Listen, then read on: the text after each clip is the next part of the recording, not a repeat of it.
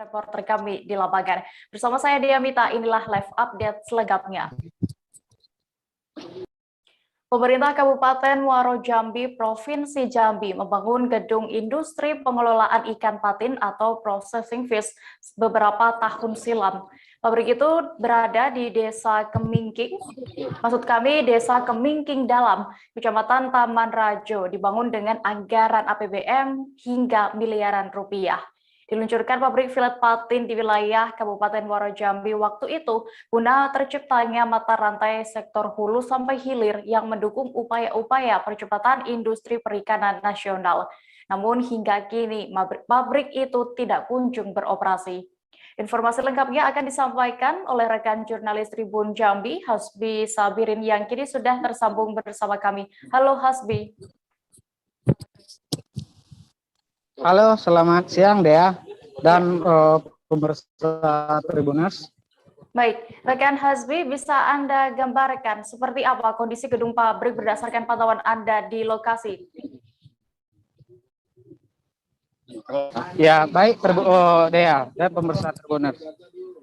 Memang berdasarkan pantauan kita beberapa waktu lalu, pabrik processing fish atau pabrik pengolahan ikan patin yang berada di Desa Kemingking Dalam, Kecamatan Taman Rajo, Kabupaten Muaro Jambi itu sudah dibangun oleh pemerintah Kabupaten Muaro Jambi bekerja sama dengan pemerintah pusat melalui dana APBN itu sekitar 7,1 miliar. Dibangunnya pabrik pengolahan ikan patin itu guna untuk terciptanya petani ikan patin di wilayah Kabupaten Muaro Jambi ini, semua produksinya bisa diolah di pabrik tersebut. Namun pabrik tersebut berdasarkan pantauan kita beberapa waktu lalu itu sudah 7 tahun tidak beroperasi. Bangunan pabrik itu juga berdasarkan pantauan kita sudah banyak fasilitas dan gedung di sana mengalami kerusakan yang cukup parah, mulai dari atapnya atau sisi gedungnya sudah mulai rusak, begitu dia. Oke, Hasbi, sejak kapan informasinya pabrik ini mulai dibangun, lalu bagaimana sebenarnya perencanaannya dan bagaimana sejak kapan dan juga perencanaan pembangunan itu? Baik Dea. Berdasarkan informasi yang kita dapat, pabrik itu diresmikan oleh Menteri Perikanan dan Kelautan pada tahun 2012 lalu. Waktu peresmian itu dihadiri langsung Gubernur Jambi ketika itu Hasan Basri Agus dan juga Bupati Kabupaten Muaro Jambi Burhanuddin Mahir. Karena lahan pabrik pengolahan ikan patin itu berdiri di atas tanah milik pemerintah Kabupaten Muaro Jambi yang luasnya sekitar 10 hektar untuk wilayah tersebut. Ya, seperti yang kita ketahui juga untuk anggarannya itu dari APBN untuk pembangunan gedung atau segala fasilitasnya. Namun hingga hari ini gedung tersebut belum bisa difungsikan. Berdasarkan penelusuran kita dari pihak Dinas Perikanan yang berhasil kita konfirmasi bahwa pabrik itu tidak beroperasi terkendala produksi ikan di wilayah Kabupaten Muaro Jambi itu belum memadai. Kemudian juga hasil produksi dari pengolahan ikan patin itu juga mereka kesulitan untuk memasarkan dari hasil produksi tersebut. Kemudian untuk produksi ikan patin itu sendiri, lahan pabrik itu didirikan di Desa Kemingking. Karena Desa Kemingking itu berdasarkan keterangan dari Kades tempat, di desa itu tidak ada produksi ikan patin, melainkan di desa tetangganya. Kemungkinan pemerintah pusat maupun pemerintah daerah melakukan pembangunan di sana, mungkin kedekatan dengan wilayah pelabuhan, begitu Dea. Oke, lalu apakah sejak dibangun itu memang pabrik tersebut belum sempat sama sekali beroperasi atau bagaimana, Hasbi? Ya, baik Dea. Menurut keterangan warga sekitar atau kepala desa Kemingking Dalam, semenjak pabrik itu diresmikan, itu pernah beroperasi kurang lebih sekitar 2 tahun. Berarti dari tahun 2012 sampai 2014. Namun hingga 2015 sampai sekarang itu kita melihat di lokasi tidak ada aktivitas sama sekali. Malah gedung-gedung dan fasilitas pabrik itu ya sudah seperti tidak terawat dan sudah mengalami kerusakan yang cukup parah. Di sekelilingi pabrik itu juga itu sudah ditumbuhi semak-semak belukar. Dan pemerintah desa juga dia pernah berbicara kepada pemerintah Kabupaten Muaro Jambi melalui Dinas Perikanan. Seandainya pabrik itu tidak bisa difungsikan oleh Pemda, maka pihak desa bersedia untuk mengelola seperti dijaga seperti gedung pertemuan untuk desa. Namun hingga hari ini pihak pemerintah desa menilai bangunan itu hanya monumen saja, tidak ada beroperasi dan tidak ada pergerak aktivitas sama sekali. Begitu dia. Baik, Tribuners, tadi rekan Hasbi juga sudah berhasil mendapatkan keterangan dari Kades Kemingking Dalam. Anang Fahri berikut keterangannya. Ikan patin. Jadi tahun 2015 saya tidak salah itu diresmikan oleh Menteri Perikanan dan Kelautan. Memang awalnya kami juga sempat mempertanyakan terhadap pendirian unit pengolahan ikan tersebut, karena memang di Kemingking Dalam ini untuk ternak ikan ataupun kolam ikan itu memang nol gitu. Kecuali di Desa Pundak maupun Desa Tangkit. Tapi kemungkinan karena itu juga jarak hanya lebih kurang 10 kilo ke Desa Pundak, itu jadi pertimbangan. Bisa jadi pemerintah pada saat itu membangun di Desa Dalam, apalagi aksesnya ke pelabuhan dekat. Tapi sampai hari ini aktivitasnya lebih kurang sudah memasuki tahun ke-7. 7 tahun terakhir ini tidak ada aktivitas sama sekali. Nah, jadi ya memang bangunan itu seperti monumen sekarang ini. Saya pernah juga bincang-bincang kecil dengan Pak Kadis Perikanan. Ya, kalau memang mau dihibahkan, dijadikan aset desa, ya mungkin kami jadikan balai pertemuan ataupun mungkin gedung olahraga. Itu bagus. Nah, kalau setahu saya untuk pengadaan tanahnya itu dari Pemda Muaro Jambi. Nah, kalau bangun itu kalau tidak salah itu dari dana APBN, bukan aset provinsi. Itu yang saya ketahui. 2 tahun. Beralih ke informasi berikutnya, Tribuners. Seorang pekerja meninggal dan 2 lainnya luka-luka seusai mengalami kecelakaan kerja dalam pembangunan Dermaga 4 Pelabuhan Merak, Kota Cilegon, Banten. Peristiwa kecelakaan ini terjadi pada Senin 30 Agustus kemarin sekira pukul 16.15 sore. Ketiga korban terjatuh dari kren setinggi 10 meter yang mengangkut bahan coran. Korban meninggal atas nama Suharsono, warga Tulungagung, Jawa Timur, menghembuskan nafas terakhirnya dalam perjalanan ke rumah sakit. Adapun korban yang mengalami luka bernama Abdul Wakid dan Mat Rifai, keduanya merupakan warga Bojonegoro, Jawa Timur. Kabar selengkapnya akan disampaikan rekan wartawan dari Tribun Banten, Hairul Ma'arif, yang kini sudah bergabung bersama kami. Halo Hairul. Rekan Hairul, bisa Anda informasikan bagaimana berdasarkan pantauan Anda tadi situasi terkini dari Dermaga 4 Pelabuhan Merak?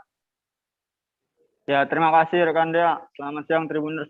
Situasi terkini dari Dermaga 4 Pelabuhan Merak saat ini sudah dipasangi garis polisi dan sudah tidak ada kegiatan kerja di dermaga tersebut.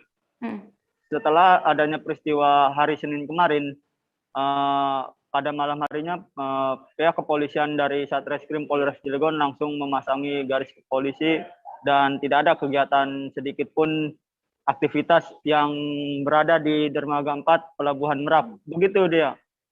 Oke, lalu apakah sudah diketahui terkait penyebab yang mengakibatkan kecelakaan kerja itu bisa terjadi? Baik, terima kasih Dia. Untuk penyebab kecelakaan kerja masih diselidiki apakah ini kelalaian pekerjaan atau ini murni kecelakaan. Masih diselidiki dari pihak Polres Cilegon dan pihak tim pengawas Disnaker Trans Provinsi Banten.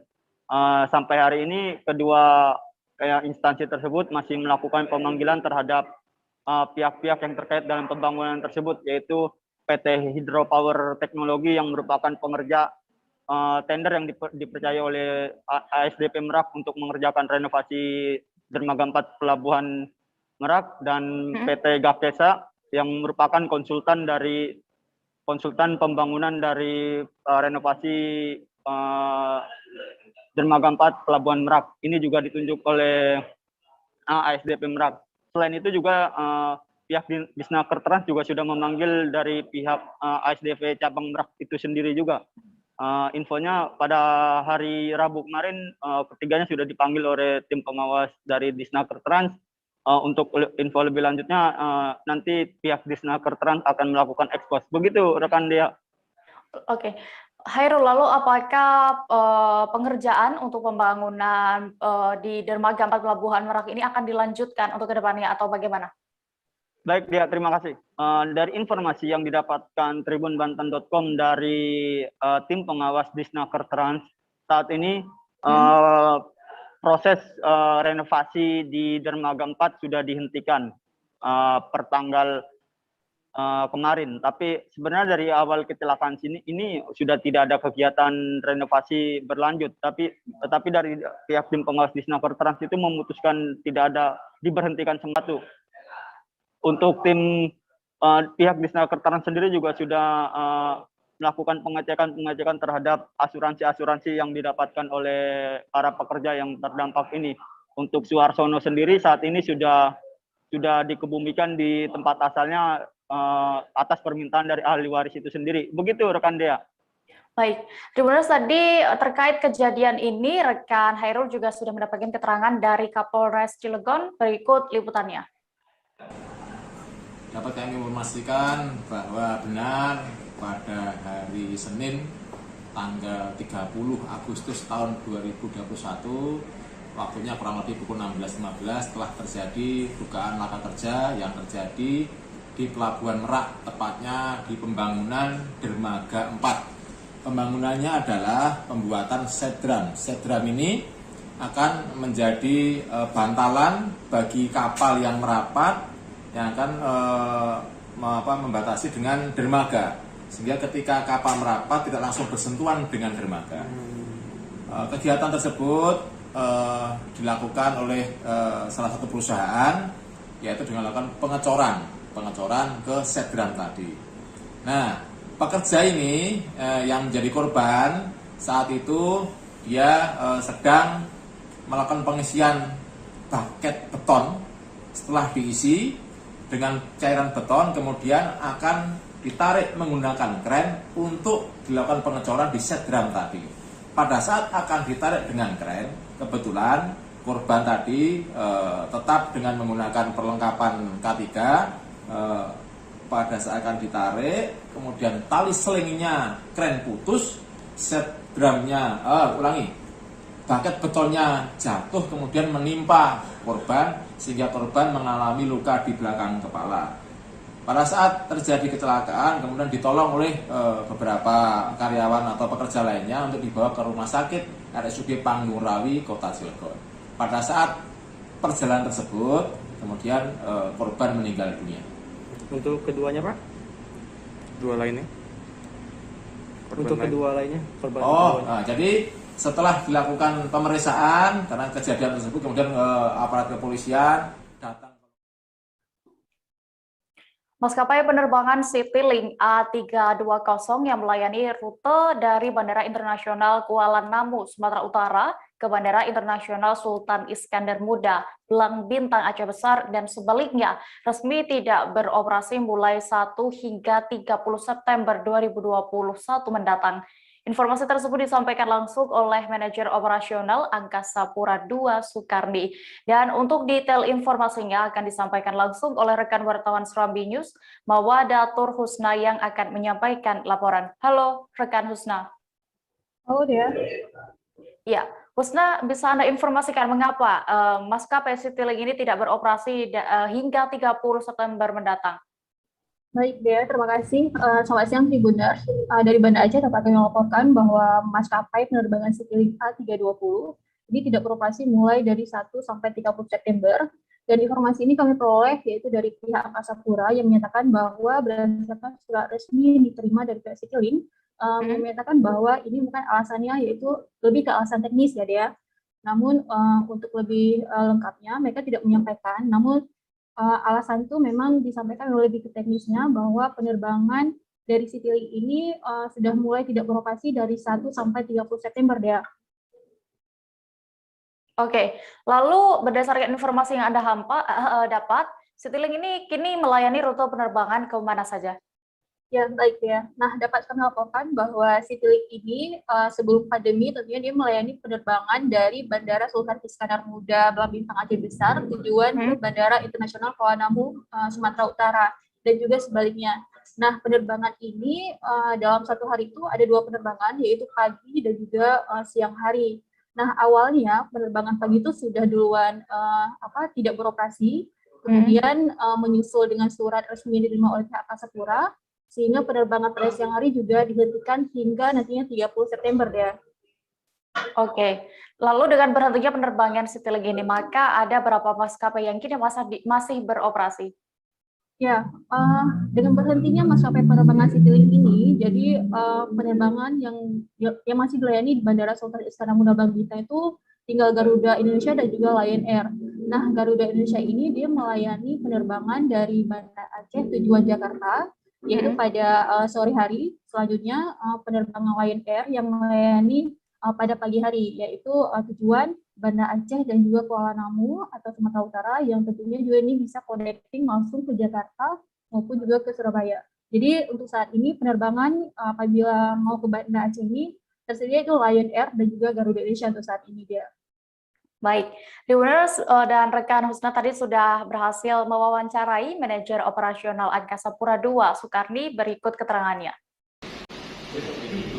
Mungkin informasi yang kita dapat dari Citylink Group untuk periode 1 sampai 30 September, memang surat resminya dari mereka memang untuk periode September mereka no op. Alasannya kita belum tahu, lebih ke teknis saja sebenarnya. Mudah-mudahan memang kalau kita lihat dari pergerakan penumpang, Bandara BTJ ini per harinya sebelum pandemi itu kita melayani sekitar 3.500 per hari pack. Untuk movement kita melayani 30 sampai 28 movement per hari. Selama pandemi memang kita kondisi di semua cabang di Angkasa Pura II khususnya memang kita sekarang minus sekitar 80-70%.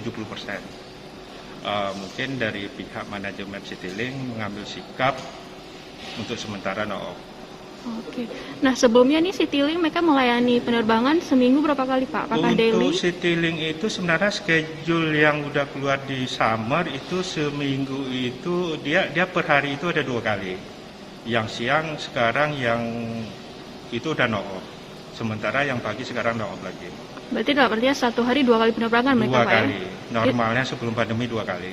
Itu rute kemana aja nih, Pak? Rutenya tetap ke KNO, cuma destinasinya bisa ke Halim, bisa ke Jakarta.